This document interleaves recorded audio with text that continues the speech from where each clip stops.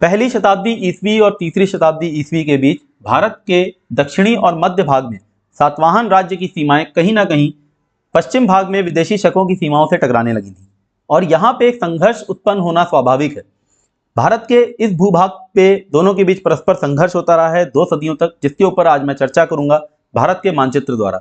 मैं सिद्धांत मिश्रा स्वागत करता हूं आप सभी का मेरे हिस्ट्री चैनल हिस्ट्री हब में। यदि आपको मेरा ये वीडियो पसंद आए तो इसको लाइक और शेयर जरूर करें और मेरे चैनल को सब्सक्राइब कर लें।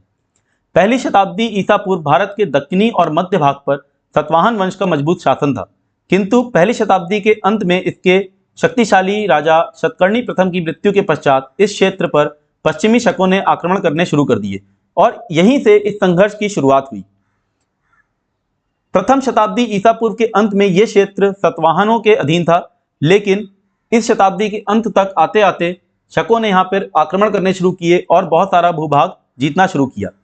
यदि हम पेरिप्लस को माने तो उसके अनुसार भारत के पश्चिमी भाग में जो प्रथम शक शासक हुआ उसका नाम मेम्बरस था और इसने राजस्थान और गुजरात के कुछ भाग पर शासन किया, मगर इसके समय के संघर्ष के विषय में हमें कोई जानकारी नहीं मिलती किसी भी स्रोत से।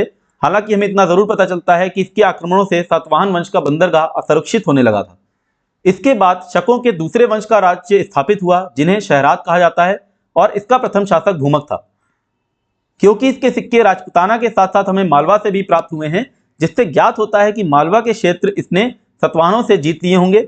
इस वंश का दूसरा शासक हुआ है नहपान और यह शक्तिशाली शासक था बहुत ज्यादा। सिक्कों के साथ साथ क्योंकि हमको इसके अभिलेख नासिक और पुणे और कार्ले से प्राप्त हुए हैं, तो इससे पता चलता है कि इस समय शायद शकों ने सातवाहनों को महाराष्ट्र से बाहर खदेड़ दिया होगा और मजबूरन सातवाहनों को मैसूर के पास बेलूर में जाके बसना पड़ा होगा।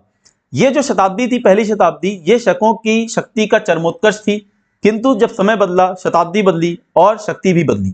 दूसरी शताब्दी ईस्वी की शुरुआत में सातवाहनों को ऐसे व्यक्ति का नेतृत्व मिला जिसने अपना नाम इतिहास में अमर कर दिया, गौतमी पुत्र शतकर्णी। नासिक प्रशस्ति से ज्ञात होता है कि राज्यारोहण के बाद उसने 17 वर्ष सैन्य तैयारियां की और 18वें वर्ष क्षयरथों के राज्य पर आक्रमण कर दिया। इसी आक्रमण में शक शासक नहपान और उसका दामाद मृत्यु को प्राप्त हुए। सातवाहनों ने उत्तरी कोंकण, नर्मदा घाटी, पश्चिमी राजपूताना और मालवा पर अधिकार फिर से कर लिया। गौतमी पुत्र को शकों के नाश करके सातवाहन कुल की प्रतिष्ठा को पुनः स्थापित करने वाला भी कहा जाता है। गौतमी पुत्र की नहपान के ऊपर जो विजय है, इसकी पुष्टि नहपान के सिक्कों से भी होती है जिन्हें गौतमी पुत्र ने पुनः अंकित कराया था। गौतमी पुत्र के बाद जब उसका पुत्र पुलमावी शासक बना, तब उसका सामना शकों की कार्दमक शाखा से हुआ जिसका संस्थापक चष्टन था। यदि हम टॉलमी की माने तो टॉलमी के विवरण के अनुसार उसकी राजधानी उज्जैनी थी, जो कि पश्चिमी मालवा के अंतर्गत आती थी, जो उसने अवश्य पुलमावी से जीती होगी क्योंकि शतकर्णी के समय यह सातवाहनों का साम्राज्य का हिस्सा थी। चष्टन के बाद सबसे अधिक सफलता उसके पौत्र रुद्रदामन को मिली। इसके जूनागढ़ अभिलेख से हमको ज्ञात होता है कि इसने उत्तरी कोंकण, नर्मदा घाटी, पश्चिमी राजपूताना और मालवा, इन सब पे अपना अधिकार इसने फिर से स्थापित कर लिया, जबकि ये सभी क्षेत्रों पर गौतमी पुत्र का अधिकार था। स्पष्ट है कि रुद्रदामन और पुलमावी के बीच संघर्ष हुआ होगा और इसका उल्लेख रुद्रदामन अपने जूनागढ़ अभिलेख में भी करता है कि उसने दक्षिणापथ के स्वामी शतकर्णी को 2 बार परास्त किया, किंतु संबंध की निकटता के कारण उसका वध नहीं किया। यहाँ शतकर्णी से रुद्रदामन का मतलब उसके पुत्र पुलमावी से ही है, किंतु ये अपने अभिलेख में पुलमावी के साथ किस संबंध की बात कर रहा है? आखिर 2 कट्टर वंश, इनके बीच संबंध क्या हो सकता है?